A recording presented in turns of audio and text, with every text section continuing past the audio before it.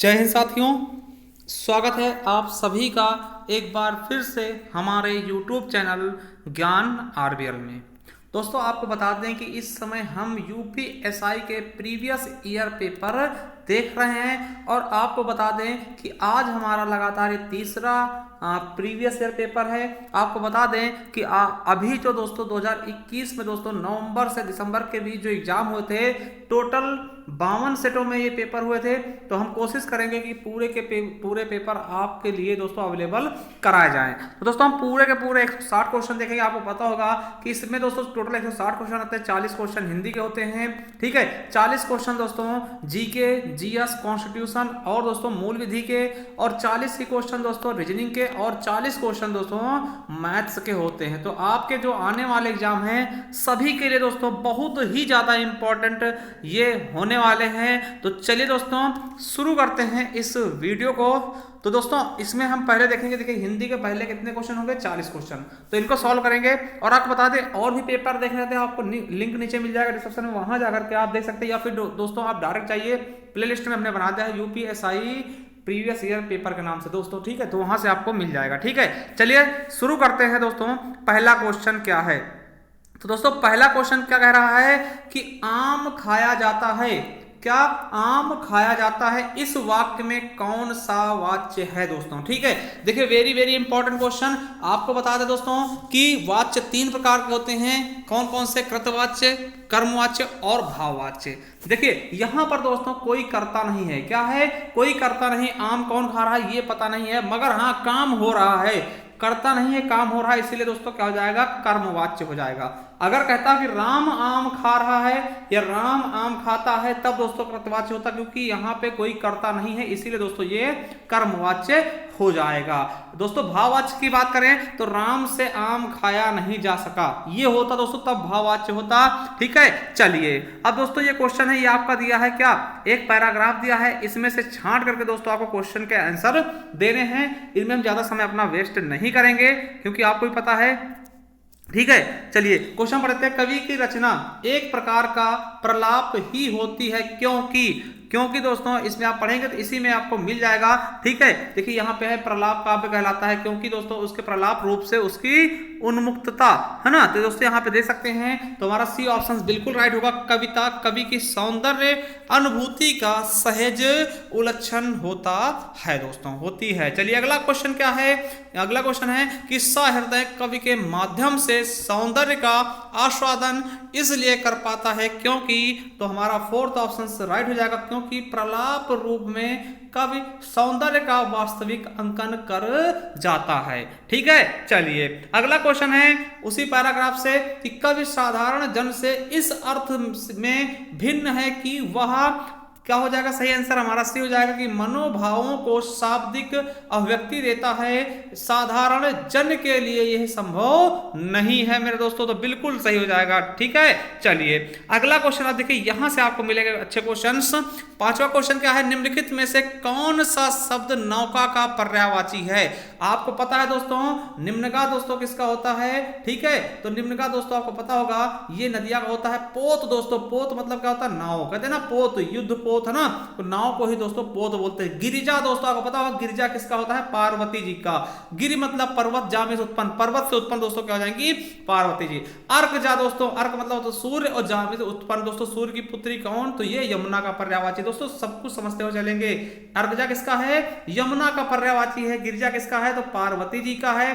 किसका दोस्तों? पार्वती जी का है। और निम्न का दोस्तों नदी का होता है, आपको पता होगा। चलिए अगले क्वेश्चन का पढ़ते हैं कि नेक्स्ट क्वेश्चन हमारा क्या कह रहा है? निम्नलिखित में से सौष्ठववादी आलोचक कौन है? दोस्तों मोस्ट से भी मोस्ट इंपॉर्टेंट क्वेश्चन है, फिर से आपको मिलेगा क्वेश्चन, तो याद रखेंगे नंद दुलारे वाजपेयी जी क्या है? सौष्ठववादी आलोचक माने जाते हैं।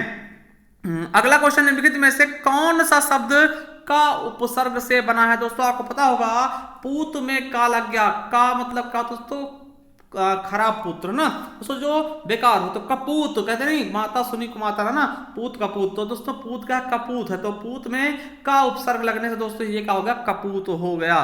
ठीक है, चलिए अगर देखिए कपूत पूछता कौन सा दोस्तों समास है, तो आपको पता हो कपूत में कर्मधारय समास हो जाएगा। ठीक है, कर्मधारय समास। अब ये मत कहना दोस्तों कि इसमें उपसर्ग लगा है इसलिए ये अव्यय भाव का। देखिए अव्यय भाव समास जहां होता है जहां पर उपसर्ग दोस्तों विशेषण की भांति कार्य ना करे, ठीक है, वहां पे होता। तो कपूत में दोस्तों कर्मधारय समास भी हो जाएगा। अगला है, इनमें से कौन सी बोली पश्चिमी हिंदी की बोली नहीं है दोस्तों, तो आपको पता होना चाहिए पश्चिमी हिंदी की बोली कौन सी नहीं। तो बघेली दोस्तों आपको पता होगा, अवधी बघेली छत्तीसगढ़ी, क्या अवधी बघेली और दोस्तों क्या हो जाएगा छत्तीसगढ़ी, ये पूर्वी हिंदी की होती हैं। ये तीन बोलियां पूर्वी हिंदी की होती हैं, छत्तीसगढ़ी दोस्तों। ये तो हमारी बघेली क्या हो जाएगी दोस्तों, ये पूर्वी हिंदी की हो जाएगी दोस्तों। बुंदेली, कन्नौजी, ब्रजभाषा, खड़ी बोली, हरियाणवी, ये सभी दोस्तों पश्चिमी हिंदी की होती हैं। ठीक है, मैथिली, मगही, भोजपुरी दोस्तों ये आपको पता है, ये भोजपुरी जो है ये दोस्तों किसकी होती हैं, बिहारी हिंदी। अगला है, यह मेरी किताब है, इस वाक्य में अधोरेखित शब्द का सर्वनाम का प्रकार लिखिए। दोस्तों ये है, तो ये कैसा है दोस्तों, देखिए किताब के लिए प्रयुक्त हुई है, इसलिए यहां पर दोस्तों आपको पता होना चाहिए कि दोस्तों किताब के लिए प्रयुक्त हुई है या निश्चय है। यह मेरी किताब मतलब कि क्या है, ये निश्चय है। ठीक है, ये क्या है, निश्चय है, इसलिए दोस्तों क्या हो जाएगा, निश्चयवाचक सर्वनाम का उदाहरण हो जाएगा। दोस्तों हम कई बार बता चुके हैं कि सर्वनाम के भेद कितने होते हैं दोस्तों, 6 होते हैं, और सर्वनामों की संख्या पूछ ले तब आपको 11 ऑप्शंस कहना है। ठीक है, चलिए अगला क्वेश्चन, निम्नलिखित में से कौन सा शब्द तत्सम है। तत्सम मतलब क्या दोस्तों, संस्कृत वाला शब्द कौन सा है आपको पता होना चाहिए। तो दोस्तों आपका गोपाल क्या हो जाएगा दोस्तों, ये तत्सम शब्द है। क्या है, तत्सम शब्द है गोपाल मेरे दोस्तों। चलिए अगला है, कोई आ रहा है दोस्तों, कोई आ रहा है। अब कोई क्या है दोस्तों, निश्चित नहीं, आपको पता है कोई मतलब क्या, अनिश्चित है, कोई आ रहा पता नहीं कौन आ रहा। ठीक है, तो दोस्तों यहां पर क्या हो जाएगा, ये अनिश्चयवाचक सर्वनाम हो जाएगा। ठीक है, देखिए कोई आ रहा है, ये हमें पता नहीं, ये निश्चित नहीं है मेरे दोस्तों, तो क्या हो जाएगा, अनिश्चयवाचक सर्वनाम हो जाएगा। अगला है, निम्नलिखित में से कौन सा शब्द वायु का पर्यायवाची है। दोस्तों आपको पता होना चाहिए, देखिए अनल किसका है दोस्तों, तो अनल दोस्तों आग का होता है। ठीक है, अनल किसका होता है, आग का होता है। दोस्तों अनिल क्या होता है, ये आपका क्या होता है दोस्तों, वायु होता है। आपको पता होना चाहिए, अनल और अनिल पूछा तो अनल किसका होता है, ये आग का होता है, और अनिल होता है मेरे दोस्तों वायु का। ठीक है, तो हमारा डी ऑप्शन बिल्कुल राइट हो जाएगा। अगला है, दुख ही जीवन की कथा रही, क्या कहूं आज जो कही नहीं। दोस्तों ये किसकी प्रसिद्ध उक्ति है, पंक्ति है दोस्तों, तो ये सूर्यकांत त्रिपाठी निराला जी की है। किसकी है, सूर्यकांत त्रिपाठी निराला जी की दोस्तों। ठीक है, तो ये चीज आपको बिल्कुल अच्छे से याद रख लेना है। चलिए अगले क्वेश्चन तरफ बढ़ते हैं, सीता सोई है। क्या सीता सोई, आपको पता है सोना, रोना, हंसना, ये सब क्या होता है, ये आकर्मक क्रिया होते हैं दोस्तों। तो ये यहाँ पे क्या हो जाएगा, तो क्या सोई, क्यों सोई, इसका आपको आंसर नहीं मिलेगा। कोई भी यहाँ पे काम नहीं हो रहा है, कोई भी कर्म नहीं हो रहा दोस्तों, इसीलिए क्या हो जाएगा, ये अकर्मक क्रिया हो जाएगा। ठीक है, देखिए पूर्वकालिक क्रिया क्या होती है, जब कोई व्यक्ति एक कार्य करके दूसरा कार्य करने लगता है तब दोस्तों पूर्वकालिक क्रिया होती है। जैसे कि राम नहाकर स्कूल गया, राम नहाकर स्कूल गया। देखिए वो स्कूल जाने से पहले उसने क्या क्या नहाया है। तो देखिए पूर्वकालिक क्रिया की खास बात क्या होती है, जहां कहीं भी वाक्य में कर लगा मिल जाए वो पूर्वकालिक क्रिया ही होता है। चलिए 15 नंबर क्वेश्चन क्या है, निम्नलिखित में से कौन सा शब्द बहुवचन है। दोस्तों पौधा एक वचन है, लड़का, देखिए लड़का तो एक वचन है, लड़का लड़के हो जाएगा, पुस्तक का पुस्तक हो जाएगा, प्राण, देखिए प्राण, होश, निकल पड़े, प्राण निकल पड़े, प्राण निकल गए। तो दोस्तों ये हमेशा बहुवचन ही होता है। प्राण क्या, प्राण दोस्तों हमेशा और हमेशा क्या होता है, बहुवचन। प्राण हो गया, दर्शन हो गया दोस्तों, ये सब बहुवचन ही होते हैं। अखबार हो गया, ठीक है, आंसू हो गया, बहुवचन होते दोस्तों। अगला है कि निम्नलिखित में से कौन सा शब्द तत्सम नहीं है। दोस्तों कौन सा शब्द संस्कृत वाला नहीं है, तत्सम नहीं है दोस्तों। दोस्तों कमरा क्या है, ये तत्सम नहीं है। क्या है, कमरा दोस्तों ये तत्सम नहीं है, तद्भव शब्द है। ठीक है, चलिए अगला है, हम ताजमहल देखने जाएंगे। तो इसमें हम कौन सा सर्वनाम, देखिए यहाँ पे हम दोस्तों व्यक्तियों के बारे में बात कर रहे हैं, तो दोस्तों यहाँ पे क्या हो जाएगा, ये पुरुषवाचक हो जाएगा। क्या हो जाएगा दोस्तों, पुरुषवाचक सर्वनाम हो जाएगा कि हम ताजमहल देखने जाएंगे। तो हम क्या है दोस्तों, ये पुरुषवाचक सर्वनाम है। ठीक है, चलिए अगले क्वेश्चन तरफ पढ़ते हैं, अनेकार्थी शब्द मूक का गलत विकल्प का चयन कीजिए दोस्तों, है ना। अनेकार्थी शब्द का मूक का दोस्तों गलत विकल्प क्या होगा, तो आपको पता विवश दोस्तों मुख ही होता है, न बोलना, ठीक। मुख मतलब क्या, चुप रहना, चुप रहना। गूंगा दोस्तों ये एक तरह से क्या है दोस्तों, ये इसके अनेकार्थी हो गए पर्यायवाची, मगर वाचाल का होता है दोस्तों इसका विलोम शब्द, आपने सुना होगा मूक होई वाचाल पंगु ना दोस्तों। तो वाचाल का होता है बहुत ज्यादा बोलने वाला, जिसको दोस्तों हम क्या बोलते हैं, वाचाल बोलते हैं। तो मूक का विलोम शब्द क्या हो जाएगा, वाचाल हो जाएगा दोस्तों। ये इसका पर्याय नहीं है, ये क्या है, अपोजिट है। तो हमारा डी ऑप्शन बिल्कुल राइट हो जाएगा। चलिए अगला क्वेश्चन देखते हैं कि निम्नलिखित में से कौन सा शब्द पुल्लिंग है। देखिए क्षमा, देखिए पुल्लिंग कौन सा है दोस्तों, क्षेत्र हो जाएगा, क्षेत्र होता है।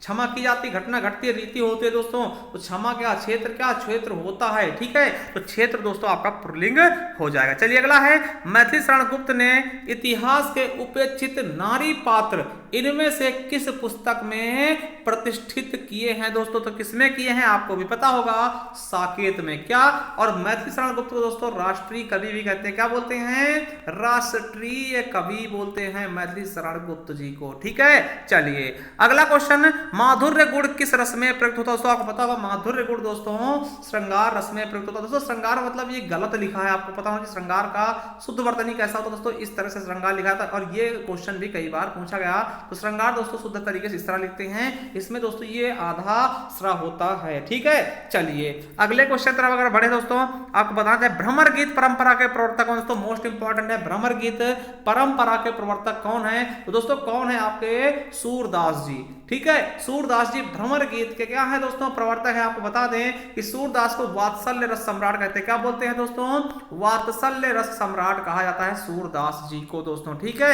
ये चीज आपको पता होना चाहिए। और दोस्तों जो हरिऔध हैं, इनकी दोस्तों एक रचना है, ठीक है, आपको याद होना चाहिए, अयोध्या सिंह हरिऔध दोस्तों, अयोध्या सिंह उपाध्याय हरिऔध, जिसको हम खड़ी बोली का प्रथम महाकाव्य भी कहते हैं। वो रचना कौन सी है आपको भी पता होना चाहिए, ठीक है। तो इसके बारे में आप बताइएगा कौन सी रचना जिसे खड़ी बोली का प्रथम महाकाव्य कहते हैं, वो हरिऔध द्वारा लिखी गई है, ठीक है। चलिए अगला क्वेश्चन देखते हैं, निम्नलिखित में से कौन सा शब्द तद्भव नहीं है। तो कौन सा शब्द दोस्तों तद्भव नहीं है दोस्तों, कमल क्या है, ये तत्सम है दोस्तों, ये तद्भव नहीं है, हिंदी वाला शब्द नहीं है मेरे दोस्तों, ठीक है। चलिए अगला क्वेश्चन, सीता नहीं पढ़ती दोस्तों। देखिए सीता नहीं पढ़ती दोस्तों। अब देखिए यहां पे लोग कहेंगे कि भाववाच्य, दोस्तों भाववाच्य बिल्कुल नहीं है। देखिए कृतवाच्य भी दोस्तों निगेटिव होता है, नकारात्मक होता है दोस्तों। तो याद रखेंगे सीता नहीं पढ़ती दोस्तों, ये कर्म की बात की जा रही है दोस्तों, ठीक है। तो यहाँ पे दोस्तों कृतवाच्य हो जाएगा, सीता है दोस्तों, करता है ना, क्या है, करता है ना, तो सीता है दोस्तों, ये आपका कृतवाच्य। देखिए आपको बता दें भाववाच्य जब होता, जब कहता सीता से पढ़ा नहीं जाता।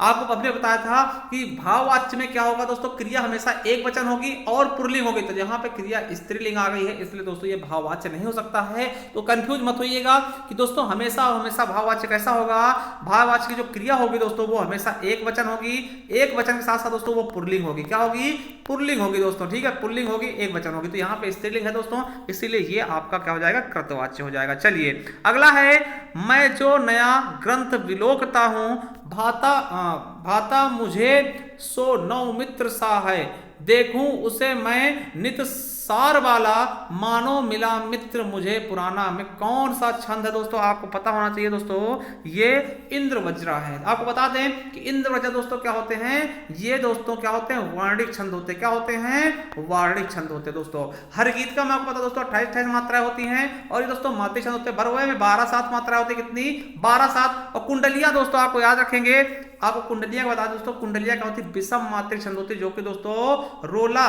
ठीक, दोहा और रोला से मिलकर होती है। कुंडलियां किससे मिलकर बनेगी, दोहा और रोला से मिलकर बनेगी। और कुंडलियों की एक खास बात क्या होती है, ये जिस शब्द से शुरू होंगी दोस्तों उसी शब्द से इनका अंत भी होता है। तो याद रखेंगे दोस्तों कि ये सही आंसर इधर वजह होगा दोस्तों, ये वर्णिक छंद है, क्या है, वर्णिक छंद है। बाकी के सभी क्या है दोस्तों, मात्रिक छंद है, ठीक है। चलिए अगला है, चंद्रगुप्त किसका प्रसिद्ध नाटक है दोस्तों। ये तो आपको पता भी होगा कि ये किसका है दोस्तों, जयशंकर प्रसाद जी का है चंद्रगुप्त दोस्तों। किसका, जयशंकर प्रसाद जी का है चंद्रगुप्त नाटक है, ठीक है। चलिए अगला क्वेश्चन, आहा तुम्हें पाकर कितना आनंद आ रहा है दोस्तों। आहा के बाद दोस्तों आपको पता है क्या लगना चाहिए था, विस्मयादि बोधक का चिन्ह दोस्तों, ऐसे वाला, ठीक है। तो दोस्तों हमारा ए ऑप्शन बिल्कुल राइट हो जाएगा दोस्तों, विस्मयादि बोधक। उप विराम कैसे लगता है दोस्तों, जैसे आपने देखा होगा, ये दोस्तों जैसे कि आपने देखा होगा दोस्तों रेशियो, तो रेशियो जैसा किसको क्या बोलते हैं, उपविराम देखते दो बिंदु रखते ऐसे है ना, ये उपविराम मतलब पूर्ण विराम आपको पता है ऐसे होता है, और प्रश्नवाचक चिन्ह ऐसे होता है। हमारा ए ऑप्शन बिल्कुल राइट हो जाएगा। चलिए अगला क्वेश्चन, पाली भाषा का एक अन्य नाम क्या है दोस्तों, तो आपको पता होना चाहिए पाली भाषा को दोस्तों मागधी भी कहते हैं, और आपको बता दें कि पाली भाषा को ही दोस्तों क्या बोलते हैं, प्रथम देश भाषा। क्या दोस्तों, प्रथम देश भाषा क्या है, तो पाली भाषा ही है दोस्तों। और आपको बता दें कि पाली भाषा का सबसे पहले प्रयोग किसने किया, तो पाली भाषा का प्रयोग दोस्तों किसने किया है, तो दोस्तों आपको पता होगा बौद्ध धर्म ने, ठीक है, बौद्ध धर्म में दोस्तों पाली भाषा का प्रयोग किया, खास करके गौतम बुद्ध ने दोस्तों इसका प्रयोग किया था, और गौतम बुद्ध ने दोस्तों पाली भाषा में ही दोस्तों अपने उपदेश भी दिए थे। और पाली भाषा के दोस्तों आपको पता है बौद्ध धर्म के जो त्रिपिटक हैं वो भी दोस्तों पाली भाषा में ही लिखे गए, ये भी आप याद रखेंगे। और बात आती है जब दोस्तों प्राकृत की, तो प्राकृत में दोस्तों महावीर स्वामी ने, जो दोस्तों जैन धर्म के तीर्थकर थे दोस्तों, महावीर स्वामी ने दोस्तों प्राकृत भाषा में अपने उपदेश दिए थे। और दोस्तों अपभ्रंश का वाल्मीकि दोस्तों आपको पता है किसको बोलते हैं, तो स्वयंभू को अपभ्रंश का वाल्मीकि बोलते हैं, ठीक है। तो ये चीज आपको कुछ याद रखते हुए चलना है, ठीक है। चलिए 29 नंबर है कि निम्नलिखित में से किस वाक्य में भाववाच्य, दोस्तों आपको पता है हमने बताया था दोस्तों, ठीक है। अब देखिए इसमें देखते हैं दोस्तों, तो सर्दियों में रोज नहाया नहीं जाता दोस्तों, ये बिल्कुल सही जाएगा, यही आपका भाववाच्य होगा। लोग खुलकर हंस रहे हैं दोस्तों, तो ये दोस्तों आपको पता है कि लोग यहाँ पे कहा दोस्तों ये कृतवाच्य हो जाएगा। अब वृद्ध आराम से बैठ नहीं सकता दोस्तों, ठीक है, वृद्ध आराम से बैठ नहीं सकता, दोस्तों यहाँ बैठा नहीं जा सकता जाता ना, तो दोस्तों होता, ठीक है, रामचरितमानस तुलसीदास द्वारा लिखा गया दोस्तों, ये कहा जाएगा, ये आपका कर्मवाच्य हो जाएगा, ठीक है। तो ये चीज आपको पता होना चाहिए दोस्तों, द्वारा जाता तो वो कर्मवाच्य होता है, हमारा सी ऑप्शन बिल्कुल राइट हो जाएगा। चलिए अगला क्वेश्चन, राजन द्वारा पुस्तक पढ़ी जाती है दोस्तों, इस वाक्य में वाच्य कौन सा दोस्तों, राजन के द्वारा। दोस्तों कहीं भी अगर द्वारा मिलेगा तो आपका कर्मवाच्य हो जाएगा, क्या हो जाएगा दोस्तों, कर्मवाच्य। द्वारा या से दोस्तों ऐसे लगे मिलेंगे तो दोस्तों आपको वो कर्मवाच्य बताना होगा। चलिए दोस्तों वाच्य से देखिए कम से कम 5 क्वेश्चन बने इसमें, ठीक है। अगला है व्यष्टि का विलोम क्या होता है, आपको पता होगा व्यष्टि का विलोम क्या होता है दोस्तों, समष्टि होता है। क्या होता है, व्यष्टि का विलोम क्या होता है, समष्टि होता है। चलिए अगला है, किसे साहित्य इतिहास का प्रथम लेखक का माना है दोस्तों, आपको पता होगा गारसा दत्तासी को दोस्तों हिंदी साहित्य इतिहास का लेखन सबसे पहले इन्होंने किया, गारसा दत्तासी ने दोस्तों, ठीक है, याद रखेंगे इनकी दोस्तों। गारसा दत्तासी दोस्तों फ्रांस के वैज्ञानिक, फ्रांस के लेखक थे दोस्तों, सबसे पहले हिंदी का इतिहास दोस्तों इन्हीं के द्वारा लिखा गया, ठीक है। बात करते दोस्तों काल विभाजन की, अगर क्वेश्चन आए कि हिंदी साहित्य में सबसे पहले काल विभाजन किसने किया, तो दोस्तों जॉर्ज ग्रियर्सन ने किया, तो ये भी चीज याद रखेंगे। जॉर्ज ग्रियर्सन ने दोस्तों हिंदी साहित्य काल विभाजन सबसे पहले किया था, इन्होंने 11 भागों में बांटा था, ठीक है। और सबसे पहले इतिहास किसने लिखा दोस्तों, गारसा दत्तासी ने, ठीक है। चलिए अगला, निम्नलिखित में से कौन सा शब्द पुल्लिंग है दोस्तों, तो कौन सा शब्द, देखिए आशा की जाती है, क्षमा की जाती है दोस्तों, और सेना होती है, कष्ट किया जाता है ना, कष्ट कर दिया हमारे लिए ना, दोस्तों कष्ट क्या हो जाएगा, पुल्लिंग शब्द हो जाएगा, बिल्कुल सही सी ऑप्शन, ठीक है। अगला है घोड़ों का घर कितनी दूर, इसका मतलब क्या था, घोड़ों का घर मतलब कितनी दूर, तो आपको पता है कि दोस्तों जो मेहनत करने वाले होते हैं उनको सफलता दूर नहीं होती, मतलब कि कर्मठ व्यक्ति के लिए सफलता सरल होती है, ठीक है। हमारा ए ऑप्शन बिल्कुल और बिल्कुल राइट। अगला है नीति ज्ञान रखने वाला, दोस्तों क्या होता है, उसको नीतिज्ञ बोलते हैं। का मतलब क्या होता है, ज्ञान रखने वाला, है ना दोस्तों, नीति का ज्ञान रखने वाला क्या होगा, तो नीतिज्ञ हो जाएगा। अगला है दीर्घ बाहु में कौन समास दोस्तों, जिसकी बाहु क्या हो दोस्तों, दीर्घ हो, तो यहां पे दोस्तों क्या हो जाएगा, आपका बहुब्रीय समास हो जाएगा, क्या हो जाएगा, बहुब्रीय समास। अगला है लेखक संज्ञा का ऐसा प्रकार है दोस्तों, आपको पता है लेखक का लेखक हो जाएगा, हमने बताया कि जिस शब्द का बहुवचन बन जाए दोस्तों तो वो हमेशा क्या होता है, आपका जातिवाचक के अंतर्गत आ जाएगा दोस्तों। और वैसे भी कोई भी व्यवसाय हो, लेखक हो, डॉक्टर हो, सुनार हो, वो सब किसमें आएंगे दोस्तों, तो आपके जातिवाचक में ही आते हैं दोस्तों, तो याद रखेंगे क्या हो जाएगा, जातिवाचक। चलिए अगला है अभ्युदय के संपादक दोस्तों मदन मोहन मालवीय, कौन दोस्तों, मदन मोहन मालवीय हो जाएंगे अभ्युदय के संपादक, ठीक है। तो याद रखेंगे दोस्तों, बहुत ज्यादा इंपॉर्टेंट है, और हिंदी प्रदीप दोस्तों बालकृष्ण भट्ट जी की है, ठीक है। चलिए और माखनलाल चतुर्वेदी क्या बोलते हैं दोस्तों, एक भारतीय आत्मा, क्या बोलते हैं, एक भारतीय आत्मा।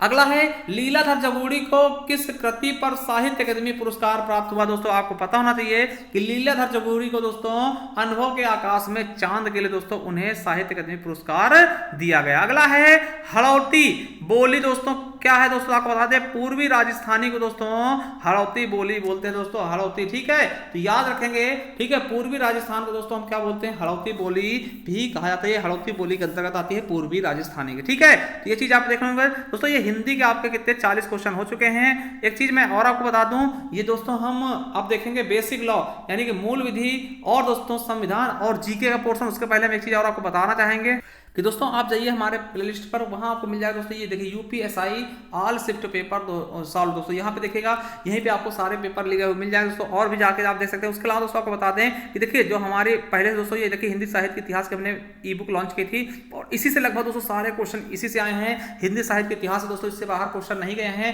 अगर इसे आप परचेस करना है दोस्तों, हमारा ये व्हाट्सअप नंबर है, इसी नंबर पर आप गूगल पे, फोन पे या पेटीएम करके दोस्तों 50 रुपए का ये ई बुक हमसे प्राप्त कर सकते हैं दोस्तों, या फिर डायरेक्ट आप परचेस कर सकते हैं। नीचे लिंक भी हम इसका दे देंगे, ऑनलाइन आप परचेस कर सकते हैं दोस्तों, ठीक है। इसके अलावा दोस्तों आपको बता दें ये हमारी हिंदी की दोस्तों ऐसे ग्रामर की ई बुक है, अगर इसे भी परचेस करना है दोस्तों इसका भी 50 रुपए आपको लगेगा, यानी दोनों ई बुक परचेस करना है दोस्तों 100 रुपए लगेगा। नीचे हम लिंक भी दे देंगे, वहां से डायरेक्ट आप कर सकते हैं, या फिर दोस्तों इसी नंबर पर दोस्तों आप क्या कर सकते हैं, इसी नंबर पर आप हमें गूगल पे, फोन पे करके दोस्तों स्क्रीनशॉट भेज के दोस्तों हमसे व्हाट्सएप से भी ये पीडीएफ प्राप्त कर सकते हैं। तो एक बार जरूर जाइएगा दोस्तों हमारे प्ले लिस्ट में, वहां आपको ये देखिएगा, यहाँ पे आपको प्रीवियस पेपर बहुत सारे मिल जाएंगे। चलिए आगे देखते हैं वीडियो को।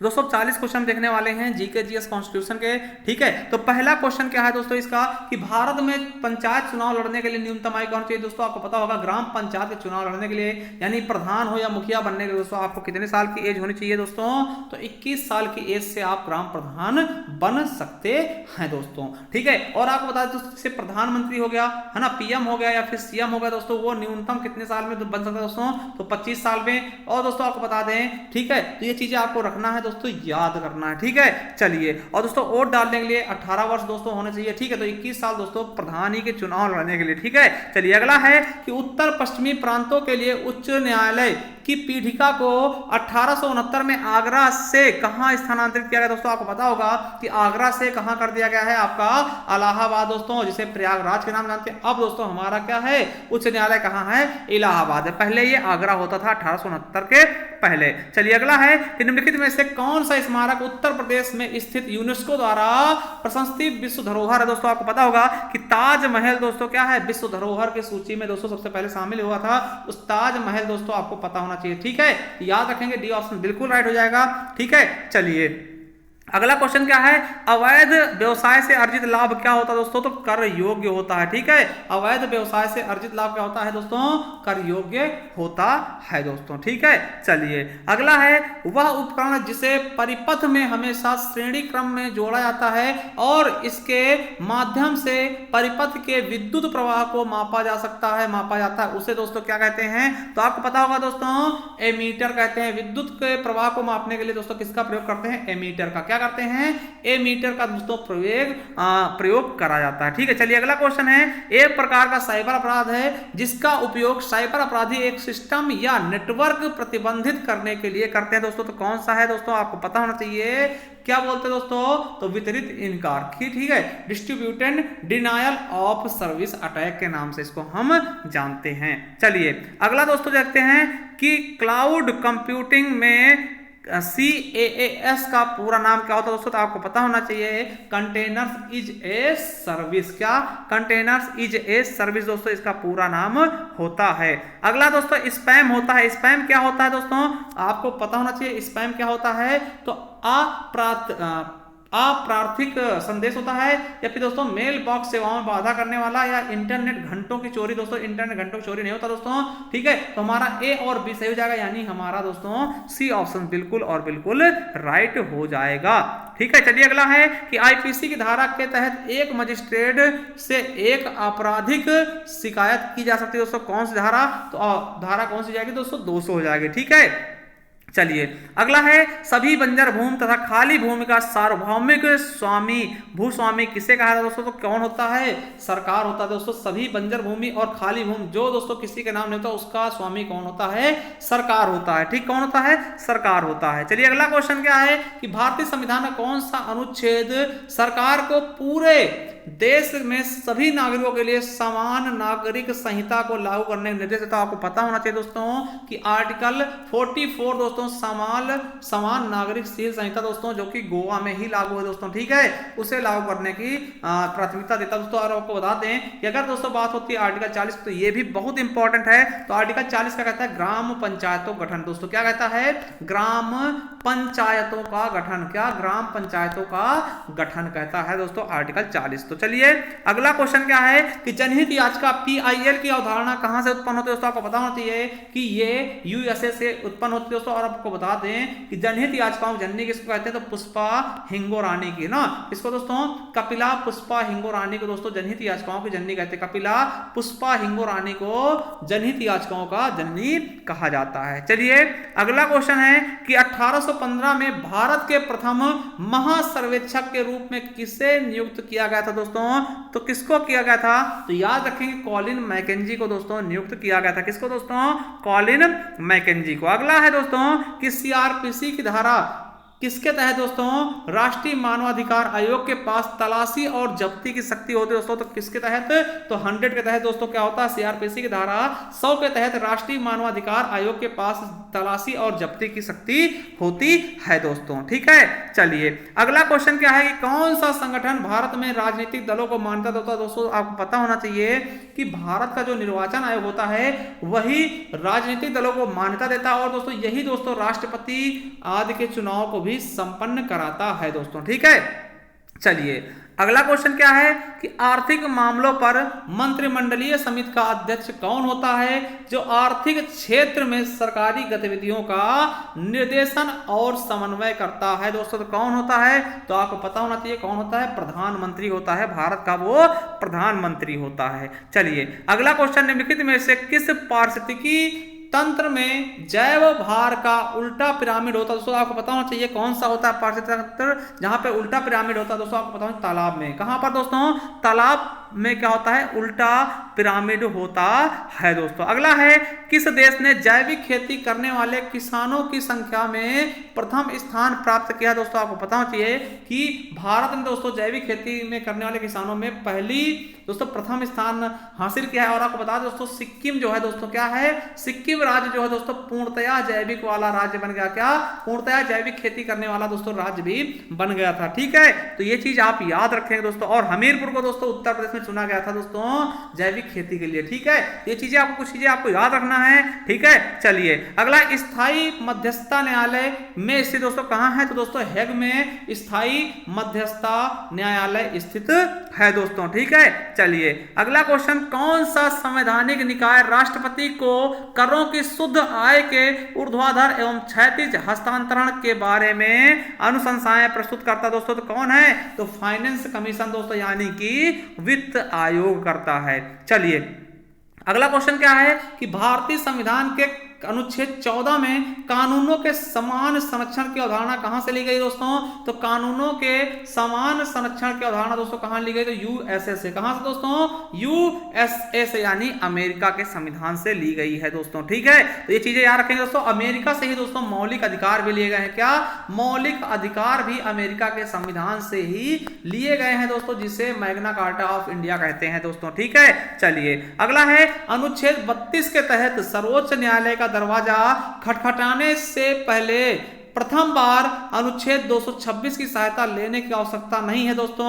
ये किस मामले में स्पष्ट किया गया था दोस्तों? तो आपको पता होना चाहिए रोमेश थापर बनाम मद्रास राज्य दोस्तों। आपको पता है जब भी कभी देखिए 32 क्या कहता है दोस्तों? जब भी कभी आपके मौलिक अधिकारों का हनन होता है, आप सीधा दोस्तों डायरेक्ट आप सुप्रीम कोर्ट जा सकते हैं, बिना हाई कोर्ट गए हुए दोस्तों, सीधा आप सुप्रीम कोर्ट जा सकते हैं मौलिक अधिकारों के हनन पर दोस्तों, ठीक है। चलिए अगला है राष्ट्रीय अनुसूचित जाति आयोग के अध्यक्ष और अन्य सदस्यों की नियुक्ति कौन करता है दोस्तों? तो इसकी भी नियुक्ति कौन करता है? तो भारत के राष्ट्रपति द्वारा ही किया जाता है, राष्ट्रीय अनुसूचित जाति आयोग के अध्यक्ष और उनके अन्य सदस्यों की, ठीक है। चलिए अगला है दोस्तों मोटर वाहन संशोधन अधिनियम 2019 के तहत नए यातायात नियमों के अनुसार स्पीडिंग यानी रेसिंग के लिए कितना जुर्माना दिया गया दोस्तों? तो रेसिंग के लिए दोस्तों 5000 रुपए आपको देने होंगे। अगर आप रेसिंग करते हैं जुर्माना उसके लिए दिया जाएगा, ठीक है। चलिए अगला है भारत की जनसंख्या के इतिहास में किस दशक में दोस्तों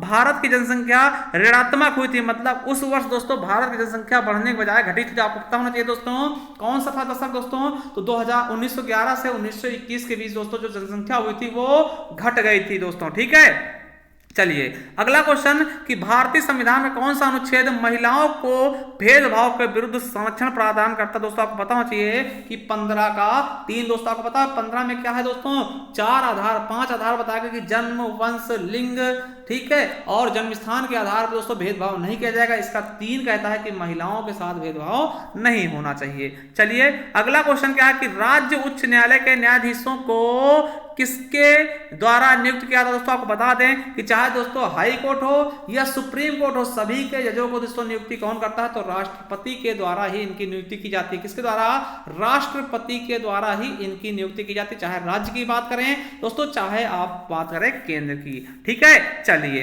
अगला क्वेश्चन, भारत के मुख्य सूचना आयुक्त की नियुक्ति कौन करता है दोस्तों, तो मुख्य सूचना आयुक्त की नियुक्ति भी दोस्तों कौन करेगा, वो अपना राष्ट्रपति ही करेगा दोस्तों। ठीक है, चलिए अगला क्वेश्चन है कि निम्नलिखित में से कौन से विकल्प राजस्व प्रशासन के अंतर्गत आते हैं दोस्तों, कौन कौन से आएंगे, तो आपको बता दें दोस्तों राजस्व प्रशासन के अंतर्गत राजस्व भी आएगा, भूलेख भी आएगा, ठीक है, और शहरी भू हदबंदी भी आएगा दोस्तों, यानी तीनों आ जाएंगे, ए सी बी यानी कि तीनों के तीनों आ जाएंगे दोस्तों। ठीक है, चलिए अगला देखते हैं दोस्तों। चलिए अगला क्वेश्चन क्या है कि लॉर्ड कर्जन द्वारा जारी बंगाल प्रांत को 2 भागों में विभाजित करने का आदेश कब दिया गया था दोस्तों, आपको पता होगा कि 1905 में दोस्तों बंगाल विभाजन हुआ था दोस्तों लॉर्ड कर्जन के समय। ठीक है, और 1911 में दोस्तों हार्डिंग ने इसको फिर से अलग कर जोड़ दिया था दोस्तों। तो याद रखेंगे 1905 में दोस्तों लॉर्ड कर्जन द्वारा जो बंगाल दोस्तों उसको बांटा गया था। चलिए अगला है, भारत के लिए एक संविधान सभा का विचार पहली बार किसके द्वारा पेश किया गया दोस्तों, आपको पता होगा एमएन राय द्वारा दोस्तों सबसे पहले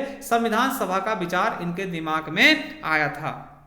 अगला क्वेश्चन है कि निम्नलिखित में से कौन सा खनिज भू प्रॉपर्टी के 4% का निर्माण करता है, सामान्यतया आग्नेय और कायांतरित शैलों में पाया जाता है और इसका उपयोग विद्युत उपकरणों में होता है दोस्तों, तो किसका, तो माइका का दोस्तों। आपको पता होगा कि माइका दोस्तों इसका उपयोग विद्युत के उपकरण बनाने में होता है। चलिए अगला क्वेश्चन क्या है कि भारत ऊर्जा मॉडलिंग फोरम को और नीति आयोग द्वारा संयुक्त रूप से आरंभ किया गया दोस्तों, किसके द्वारा, तो USAID के द्वारा दोस्तों। ठीक है, USAID के द्वारा हमारा 4th ऑप्शन बिल्कुल और बिल्कुल राइट हो जाएगा। चलिए अगला क्वेश्चन क्या है कि वन्य जीव संरक्षण अधिनियम के अनुसूची 5 के अनुसार निम्नलिखित में से कौन सा पीड़क जंतु है।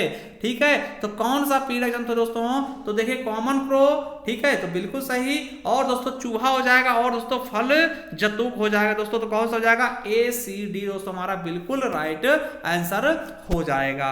चलिए अगला क्वेश्चन कि 35 नंबर है, विदेशी पोर्टफोलियो निवेशकों और विदेशी संस्थागत निवेशकों के लिए किसी कंपनी की जारी और प्रदत्त पूंजी की इक्विटी प्रतिभूतियों में निवेश और व्यापार के लिए प्रतिशत सीमा कितनी है दोस्तों, तो कितनी है, तो 24% है। कितनी है दोस्तों, 24%। चलिए अगला, निम्नलिखित में से कौन सी अखिल भारतीय सेवा नहीं है दोस्तों, आपको पता होगा 3 अखिल भारतीय सेवा हैं। ठीक है, IFS है दोस्तों, इसको हम भारतीय वन सेवा यानी कि इंडियन फॉरेस्ट सर्विस कहते हैं दोस्तों, और IAS है इंडियन एडमिनिस्ट्रेटिव सर्विस है दोस्तों, और IPS है दोस्तों इंडियन पुलिस सर्विस दोस्तों है।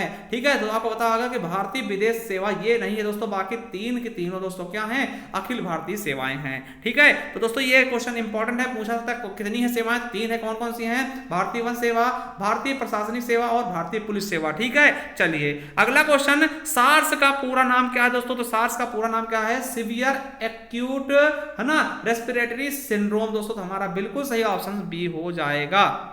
चलिए अगला क्वेश्चन, भारतीय संविधान और इसके तहत अधिनियमित कानून के अंतिम व्याख्याकार कौन होते हैं, तो आपको पता है दोस्तों अंतिम व्याख्याकार कौन होता है, सर्वोच्च न्यायालय होता है दोस्तों, हमारा सबसे ऊपर होता है सर्वोच्च न्यायालय। चलिए अगला क्वेश्चन है, किसी भी मामले में जहां राष्ट्रीय सुरक्षा अधिनियम के तहत सलाहकार बोर्ड ने रिपीट किया है कि उसकी राय में किसी व्यक्ति को निरुद्ध किए जाने का कोई पर्याप्त कारण नहीं है, तो उस उपयुक्त सरकार क्या कर सकती है, तो निरुद्ध जाने किए जाने के आदेश को निरस्त करेगी और संबंधित व्यक्ति को तुरंत रिहा करने की आदेश दे सकती है दोस्तों। ठीक है, हमारा बी ऑप्शन राइट हो जाएगा। चलिए अंतिम क्वेश्चन दोस्तों जीएस का। ठीक है, इसके बाद दोस्तों हम देखेंगे मैथ्स के क्वेश्चन। ठीक है, निम्नलिखित में से औपनिवेशिक सरकार की नीतियों का प्रत्यक्ष परिणाम क्या है दोस्तों? तो क्या है मेरे दोस्तों कि भारत का व्यवस्थित विऔद्योगीकरण दोस्तों। ठीक है, तो ये हमारा सी ऑप्शन बिल्कुल राइट होगा। चलिए दोस्तों अब हम देखेंगे numerical and mental ability test दोस्तों। ठीक है, तो इसके हम 40 क्वेश्चन देखने वाले हैं। इसमें दोस्तों मैथ्स के क्वेश्चन हैं। ठीक है, चलिए अब दोस्तों देखिए पहला क्वेश्चन क्या है। ए 126 दिनों में एक कार्य को पूरा कर सकता है, बी उसे 189 दिनों में, सी उसको दोस्तों 252 दिनों में दोस्तों तीनों एक साथ काम करे उसको कितने दिन में पूरा कर लेंगे दोस्तों। आपको पता है ये क्वेश्चन दोस्तों क्या है, इसमें दोस्तों संख्या बहुत बड़ी बड़ी दे दी है दोस्तों। किस तरह से करना आपको वो हम बता दे रहे हैं दोस्तों। 126 लिख लेंगे, ए बराबर, बी बराबर दोस्तों 189 कर लेंगे और दोस्तों सी बराबर 252 कर लेंगे दोस्तों। ठीक है, अब इनका दोस्तों एलसीएम निकालेंगे, वो टोटल काम हो जाएगा। फिर उससे दोस्तों हम इनकी कैपेसिटी निकालेंगे और तीनों जोड़ दोस्तों जो टोटल वर्क होगा उससे भाग कर देंगे, तो हमारा 58 सही 2/3 दिन आ जाएगा। चलिए अगला क्वेश्चन दोस्तों ये देख सकते हैं एपी का है। ठीक है, एपी का क्वेश्चन उस समांतर श्रेणी एपी के पहले 14 पदों का योगफल क्या है जिनका 10वां और 6वां दोस्तों पद कौन सा है? 7.25 और 3.25 दोस्तों, क्या हो जाएगा 66.5 दोस्तों। देखिए ये क्वेश्चन दोस्तों इन पे लगाना संभव नहीं है। अगर आपको कोई प्रॉब्लम दोस्तों कमेंट बॉक्स में कमेंट कर सकते हैं और दोस्तों हम टेलीग्राम पे इसका सोल्यूशन प्रोवाइड करवा देंगे। ठीक है, चलिए अगला क्वेश्चन क्या है दोस्तों। देखिए जनरेशन है दोस्तों, इसको आपको लगाना है, अगला पद याद करना दोस्तों। तो ये पहला पद दूसरा पद है दोस्तों, उसके बाद दोस्तों तीसरा पद क्या होगा दोस्तों, हमारा सी ऑप्शन से राइट हो जाएगा। ठीक है, चलिए अब देखिए ये दोस्तों आया है, अगला है दिशा निर्देश कह दिया है निम्नलिखित प्रश्नों के उत्तर देने के लिए निम्नलिखित दंड आरेख और दी गई जानकारी का अध्ययन कीजिए। दोस्तों यहाँ पे दोस्तों दंड आरेख होना चाहिए था, वो दोस्तों इसमें छपा नहीं है। ठीक है, वो छपा नहीं दोस्तों। जो दोस्तों आपको पता होगा कि दंड आरेख दोस्तों इसमें छपा नहीं है, तो दोस्तों ये इसका सही आंसर आपका बी नंबर हो जाएगा। ठीक है, अगला है एक हवाई जहाज ए और बी के बीच की दूरी को 27 घंटों में तय करता है। यदि हवाई जहाज की गति 280 किलोमीटर प्रति घंटा की कमी होती है तो उस दूरी को तय करने में दोस्तों उसको 32 घंटे लग जाते हैं। ए और बी के बीच की दूरी कितनी होगी तो आप दोस्तों देखेंगे तो 48,384 हो जाएगी अगर इसको आप सॉल्व करते हैं तो। ठीक है, चलिए देखिए कैलकुलेशन बहुत है दोस्तों, ये सरलीकरण का है, इसमें दोस्तों 12 नंबर सही आ जाएगा। ठीक है, इसको सरलीकरण इसको सरल करना है। ठीक है, अगला दोस्तों जब किसी संख्या को 6171 से विभाजित करने पर दोस्तों शेष पर 99 मिलता है दोस्तों, 51 से भाग करने पे कितना मिलेगा दोस्तों, तो हम क्या करेंगे केवल और केवल 51 को दोस्तों 99 से हम भाग कर देंगे। जब 51 को दोस्तों 99 भाग करते दोस्तों एक ही बार जाएगा, तो यहाँ दोस्तों बचेगा 8 और यहाँ बच जाएगा 4, तो यानी दोस्तों 48 बिल्कुल सही आंसर हमारा हो जाएगा। चलिए अगला क्वेश्चन है, एक व्यक्ति ने 29,500 को 12.5 और 15% दो साधारण ब्याज के अलग अलग ब्याजों पर दोस्तों निवेश करता है। 2 वर्षों में अर्जित साधारण ब्याज की कुल राशि कितनी हो जाती है? 8350। तो दोस्तों योजना ए में निवेश की गई राशि क्या थी दोस्तों, अगर इसको आप सॉल्व करेंगे तो आपका 10,000 बिल्कुल राइट आंसर आ जाएगा। चलिए अगला क्वेश्चन क्या है दोस्तों, 9 से 10 तक दोस्तों इसको केस करना है दोस्तों। कथन है कि कोई पुरुष महिला नहीं है और कोई महिला लोग नहीं। दोस्तों देखिए कोई जो पुरुष है वो महिला नहीं है दोस्तों, वो महिला नहीं है, और दोस्तों कोई भी महिला लोग नहीं है, कोई भी महिला क्या है लोग नहीं है दोस्तों। तो सभी लोग पुरुष है दोस्तों, तो सभी लोग पुरुष है दोस्तों, ये बिल्कुल गलत हो जाएगा। और कुछ लोग पुरुष है दोस्तों, तो कुछ लोग दोस्तों क्या हैं पुरुष है दोस्तों, ये भी कहीं ना कहीं दोस्तों थोड़ा सा सही हो सकता है। ठीक है दोस्तों, इसका देखिए बिल्कुल सही आंसर क्या हो जाएगा, हमारा सी ऑप्शन बिल्कुल राइट होगा। सी ऑप्शन क्या है दोस्तों, ठीक है, मतलब कि कोई भी चीज आपको फॉलो नहीं कर रहा है दोस्तों। ठीक है, तो हमारा सी ऑप्शन बिल्कुल राइट हो जाएगा। चलिए अगला क्वेश्चन क्या है कि सभी सामग्री उत्पाद हैं, सभी उत्पाद समान है, सभी समान खराब हैं। देखिए सभी सामग्री क्या है दोस्तों, उत्पाद है। क्या है दोस्तों, उत्पाद है। और कुछ उत्पाद समान है दोस्तों, कुछ उत्पाद इसको हम समान कर लेंगे, क्या कर लेंगे, समान कर लेंगे। और दोस्तों सभी समान क्या है, खराब है। सभी समान क्या है, ये दोस्तों खराब है। क्या है, खराब है। कुछ सामग्री समान है दोस्तों, तो कुछ सामग्री समान है दोस्तों, तो ये बिल्कुल हो भी सकता है दोस्तों। ठीक है, कुछ खराब सामग्री दोस्तों, तो कुछ खराब सामग्री दोस्तों, तो ये दोस्तों इसका बिल्कुल सही आंसर हमारा सी नंबर हो जाएगा। क्या हो जाएगा, सी नंबर हो जाएगा दोस्तों। ठीक है, चलिए अगला क्वेश्चन दोस्तों, 263 उर्वरक बैगों का औसत वजन 263 है, और यदि बॉक्स के वजन को शामिल किया था दोस्तों, तो उर्वरक बैग के परिकलित औसत वजन में दोस्तों 0.8 किलोग्राम की वृद्धि होती है, तो बॉक्स का वजन क्या होगा, तो 210.4 हो जाएगा दोस्तों। ठीक है, चलिए अगला क्वेश्चन क्या है, एक व्यापारी अपने माल की कीमत कीमत को ऐसे अंकित करता है कि 25% छूट देने के बाद भी 20% का लाभ कमाता है, तो उस वस्तु का अंकित मूल्य क्या होगा? अगर दोस्तों क्रय मूल्य कितना है? 21,900 है दोस्तों। देखिए कैलकुलेशन बहुत ज्यादा थी दोस्तों, तो हमारा ए ऑप्शन बिल्कुल राइट हो जाएगा। अगला दोस्तों देखिए गुरुत्तर श्रेणी यानी जीपी का क्वेश्चन आया दोस्तों, इसका आपका डी ऑप्शन बिल्कुल राइट हो जाएगा दोस्तों। ठीक है, इसको आप देखिएगा दोस्तों, आप इसको रोक करके इसको हल कर सकते हैं, या दोस्तों इसका टेलीग्राम हमारे चैनल पे दोस्तों इसका पीडीएफ मिल जाएगा, जिसका नाम है, आप टेलीग्राम चैनल पे जाइएगा, वहां पे आपको मिल जाएंगे दोस्तों ज्ञान RBL ऑफिशियल नाम से दोस्तों आपको टेलीग्राम चैनल मिल जाएगा, वहां जाएंगे आपको दोस्तों ये पूरा पूरा मिल जाएगा दोस्तों। देखिए सीरीज है KGF है ना, रेशियो के LFH और दोस्तों समानुपात क्या है? MRS दोस्तों, फिर क्या हो जाएगा आपका NQU हो जाएगा। ठीक है दोस्तों, चलिए अगला है क्रिकेट और वॉलीबॉल खेलने वाले छात्रों की संख्या में क्या अंतर? दोस्तों देखिए यहाँ पर भी दोस्तों कुछ चीजें बताई गई होंगी। ठीक है, देखिए टोटल 100 है दोस्तों, ये भी देखिए एक पैराग्राफ का ही है। ठीक है, ये चीजें दोस्तों आपको पता है, इसका चित्र छप नहीं रहा दोस्तों, ये चीज आपको पता होनी चाहिए। ठीक है, तो ये क्वेश्चन देखिए, अब देखिए ये क्वेश्चन आया है कि 360 का 200% के 150% के 40% के 30% का मान क्या होगा? दोस्तों ये बहुत ही खतरनाक क्वेश्चन है दोस्तों। 360 का पहले 200% निकालना है, परसेंट आएंगे दोस्तों, नीचे आ जाएगा 100, फिर 150/100, फिर 40/100, फिर 30/100। दोस्तों इसको सॉल्व करेंगे दोस्तों, आपका कितना आ जाएगा? 129.6 आ जाएगा। चलिए अगला क्वेश्चन है, एक पक्षी के नाम के अक्षर को दोस्तों RPTORA दोस्तों, इसको सही ढंग से व्यवस्थित करेंगे। तीसरा अक्षर कौन सा होगा दोस्तों? तो आपको पता होगा PARROT, पैरट आ जाएगा दोस्तों। और इसका तीसरा अक्षर कौन सा होगा? तो दोस्तों आर हो रहा ना, पैरट मतलब तोता। तो दोस्तों हमारा सही ऑप्शन ए हो जाएगा। ठीक है, चलिए अगला जब एक धनात्मक संख्या n को 12 से विभाजित करते हैं तो शेषफल 4 आता है। उसी तो दोस्तों 8 n को संख्या से विभाजित करेंगे कितना आएगा? दोस्तों आपको पता है कि किसी संख्या को दोस्तों 12 से भाग करते 4 आता है, यानी वो संख्या 16 रही होगी। ठीक है दोस्तों, क्या रहेगी? वो संख्या 16 रहेगी। और दोस्तों हम 8 से विभाजित करते हैं दोस्तों, 8n लगेगा दोस्तों, तो कितना आ जाएगा? 8 हमारा बिल्कुल सही हो जाएगा।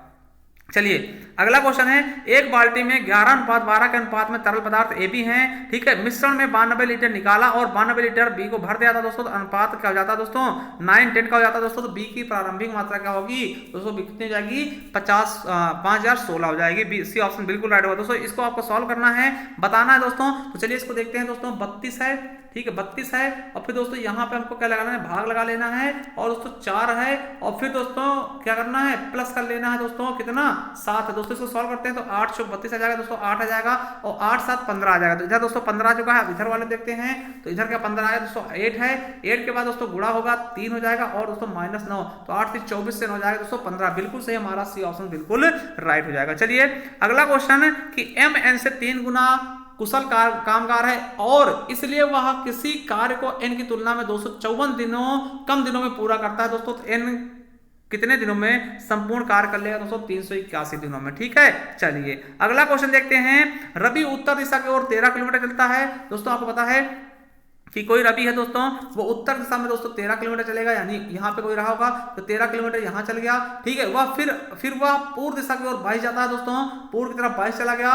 फिर दोस्तों 6 किलोमीटर की दूरी तय करने के लिए दाएं मुड़ता है दोस्तों। 6 किलोमीटर की दूरी तय करने के लिए दाएं मुड़ेगा, 6 किलोमीटर कर लिया दोस्तों। ठीक है, फिर उसी दिशा में दोस्तों 7 किलोमीटर और चलता है, 7 से 13 किलोमीटर यहाँ पे आ जाएगा दोस्तों। ठीक है, तो और शुरुआती बिंदु से कितनी दूरी पे दोस्तों? आपको पता होगा कि शुरुआती बिंदु से दोस्तों ये देखिए 13, 7 ये 6 है, ये 13, यानी 13 ही आ गया दोस्तों, इसके बराबर हो गया। यानी कि देखिए अब इसकी दूरी कितनी हो गई? यहाँ से A और B की दूरी कितनी हो गई दोस्तों? यही दूरी हो जाएगी, यानी कि 22 किलोमीटर वो दूरी हो जाएगी। चलिए अगला क्वेश्चन क्या है कि ब्याज की गणना वार्षिक चक्रवृद्धि आधार पर करते हुए प्रति वर्ष दोस्तों 30% ब्याज की पर उधार दी गई दोस्तों राशि कितनी? 17,500 की राशि 29,575 रुपए प्राप्त करने में कितने वर्ष लग जाएंगे दोस्तों? इसको आप लगा सकते हैं। देखिए 17,500 से दोस्तों घटाएंगे, वो ब्याज आ जाएगा, यहाँ लिख लेंगे, और फिर दोस्तों राशि लिख लेंगे कितनी? 17,500, और दोस्तों 30% की दर से, और इंटू दोस्तों आपको टी लिख लेना है, बटे 100 कर देना है दोस्तों। इसको काटेंगे तो आपका 2 साल आ जाएगा। चलिए अगला क्वेश्चन है कि यदि 2110 वस्तुओं का क्रय मूल्य इतना है दोस्तों, 1688 वस्तुओं के विक्रय मूल्य के बराबर दोस्तों लाभ परसेंट क्या होगा दोस्तों? आपको पता है कितना आ जाएगा? इसको सॉल्व करेंगे 25% आ जाएगा। चलिए अगला क्वेश्चन क्या है? D17, I24, N31 और S38 दोस्तों, इसका अगला पद क्या होगा? तो X45 हो जाएगा। क्या हो जाएगा दोस्तों? X45 इसका अगला पद हो जाएगा। चलिए अगला क्वेश्चन देखते हैं कि निम्नलिखित विकल्पों में से दी गई सही जल प्रतिबिंब दोस्तों, जल प्रतिबिंब सही से छपा नहीं दोस्तों। ठीक है, ये क्वेश्चन आपका सही से छपा नहीं है। चलिए अगला है, यदि R का अर्थ जोड़ है, ठीक है, R का अर्थ है जोड़ना, Q का अर्थ है गुणा और S का अर्थ है घटाना और P का अर्थ है दोस्तों भाग। तो दोस्तों इसको आपको सॉल्व करना है तो यहाँ पे दोस्तों क्या हो जाएगा, आप इसको कर सकते हैं दोस्तों, ठीक है। 5 है, 5Q का अर्थ क्या है दोस्तों, Q का अर्थ है गुणा से, तो 7 हो गया दोस्तों। R का अर्थ क्या है, R का अर्थ है जोड़ना दोस्तों, तो R जोड़ देंगे 18 हो जाएगा दोस्तों। P का अर्थ क्या है, तो P का अर्थ दोस्तों भाग देना, तो 3 हो जाएगा दोस्तों। फिर दोस्तों इसको सॉल्व कर देंगे, ठीक। गुणा दोस्तों S का अर्थ क्या होता है दोस्तों, S का अर्थ होता है घटाना, यहाँ पे घटाना लगा लेंगे और 80 लिख लेंगे दोस्तों। इसको सॉल्व करेंगे तो 39 आपका सही आंसर हो जाएगा। अगला है वर्ष 2021-13 कैलेंडर किसके समान होगा दोस्तों, तो देखिए 2113 दोस्तों, इसमें हम 11 साल जोड़ेंगे दोस्तों, ठीक है। देखिए 2113 में अगर हम 11 जोड़ते दोस्तों कितना आ जाएगा, देखिए 4 हो जाएगा और 24 दोस्तों 2124। देखिए मगर ये दोस्तों आपका लीप ईयर आ गया है। देखिए साधारण ईयर कभी लीप ईयर में परिवर्तित नहीं होगा दोस्तों, इससे तुरंत हम 5 घटा देंगे, तो 5 घटाएंगे कितना जाएगा दोस्तों, 2119 हमारा बिल्कुल राइट आंसर हो जाएगा। चलिए अगला क्वेश्चन, आकाश ने 21,000 के साथ एक व्यापार शुरू किया, बाद में 36,000 रुपए के साथ बाला उसमें जोड़ा गया दोस्तों।